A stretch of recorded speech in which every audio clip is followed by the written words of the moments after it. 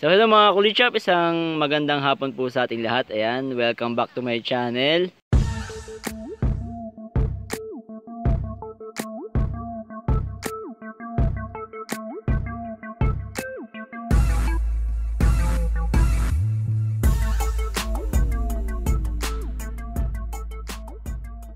Nandito po kami ngayon sa Sitio-Ragatan, Bangkod ng Cavite. No? Ngayon lang ulit kami po nakapunta dito dahil wala pong pasok. At ayan po si Zane, syempre nagpipiknik sila ng kanyang nanay at may dala pong bike. Alright, so based po dun sa ating video last time, ayan. So nakita nyo naman po na hindi tayo nakapag-vlog masyado dahil busy tayo dun sa mga gawain. Under construction po yung bahay natin, wala tayong mapwestuhan. At ngayon po meron tayong time para makapag-vlog dito. Kanina nagpunas-punas lang kami, ano, para lang hindi po masyadong mainit yung paligid at saka yung pwesto natin.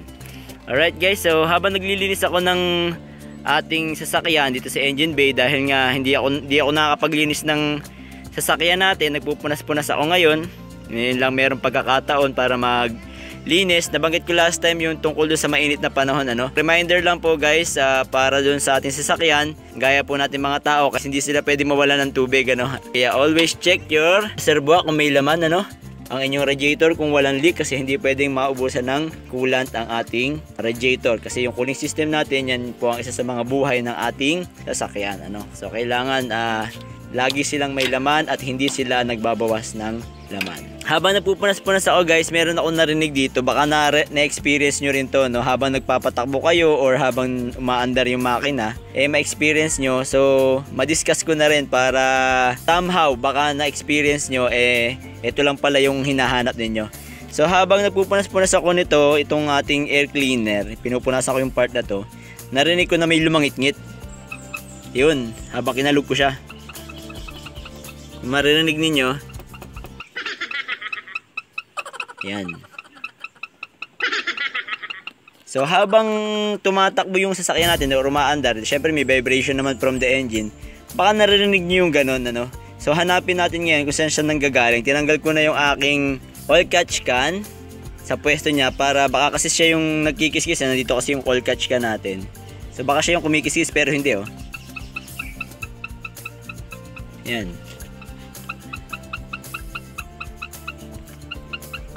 So meron pa rin, no guys. So hanapin natin ngayon. So suspecha ko dyan yung sa loob ng air cleaner natin. So try natin na baklasin para may pakita ko sa inyo kung paano siya susolusyonan. Ito simple DIY lang din ulit ito guys, no. Ayan, so alisin muna natin itong ating na cover.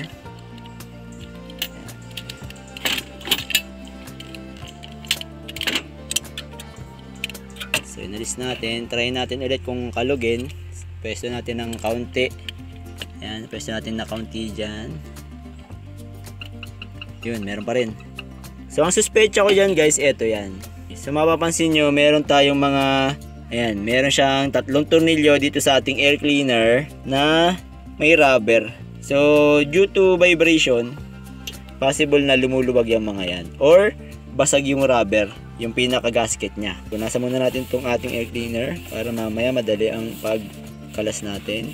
And then kailangan natin ng wrench na I think 10. Yan. Yan. Tingnan lang natin yung status ng kanyang, so mamaya solve natin. So shoutout nga pala kay Prince Olisco ng 8. So nagpapa-shoutout daw siya. So habang si Zane ay eto po, babike. Ayan. At tinanggal ko na po kanina pala, maiba tayo, no? Tinanggal natin yung laman ng ating oil catch can kanina. Ayan. So ito po yung laman ng oil catch can natin. So mga ilang weeks din natin itong ginamit na hindi nagtanggal tayo ng drain ng oil catch can. So ganito po siya kadami. I-discuss ko na naman po yung tungkol sa oil catch can at na-prove na rin naman po natin ng ilang beses yung tungkol sa ating oil catch can.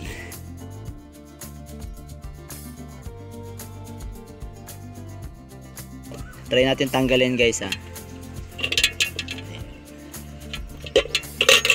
So ayan, natanggal na natin guys. Kung mapapansin nyo, meron siyang sa ilalim, ayan, merong rubber. So possible na yung rubber ay matigas na. yung rubber na yan. So pwedeng lumalangit-ngit na siya dun sa nagkikiskisa na siya dito sa holder niya. Yung rubber, no?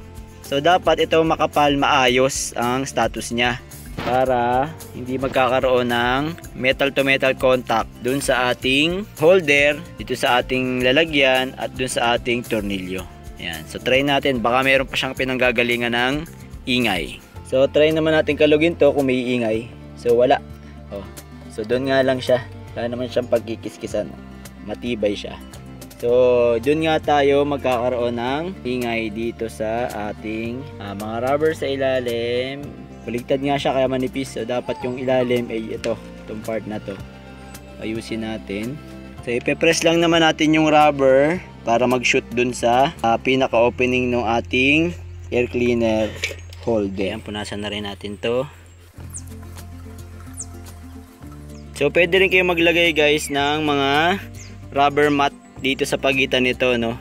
Walang contact dun sa puwet nung pinaka air cleaner natin na to.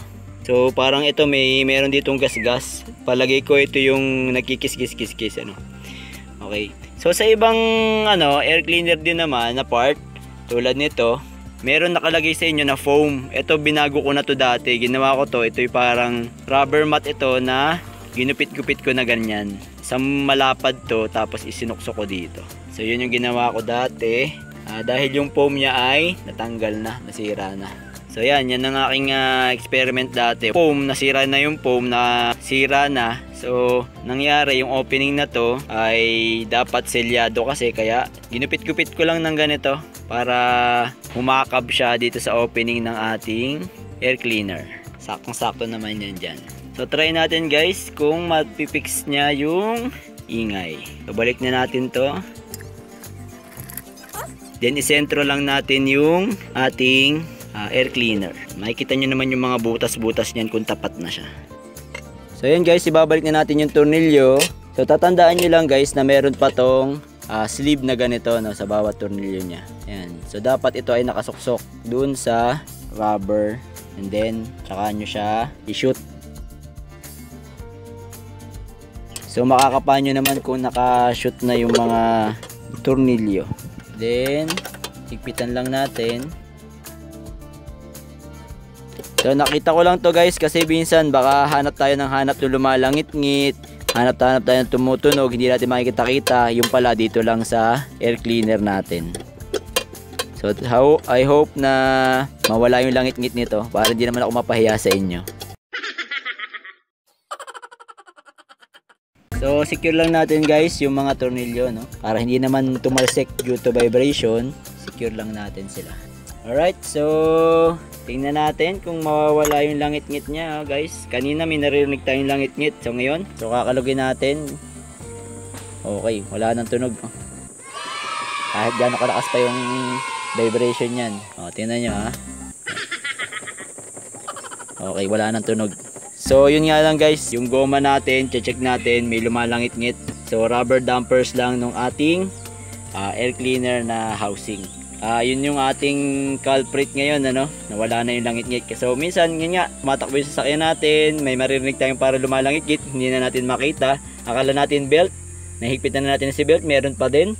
Akala natin compressor bearing, akala natin ay pulley ng steering pump. So yung pala simply nandito lang sa ating air cleaner housing. O yun guys, so wala na talaga, kahit na nakabalik na tong wala na siyang katunog-tunog. Alright, so hanggang dito na lang po ang ating video at sana po may nabag na naman akong kapakipakinabang sa araw na ito. At sa mga hindi pa po nakasubscribe, subscribe lang tayo sa Kulit Shop.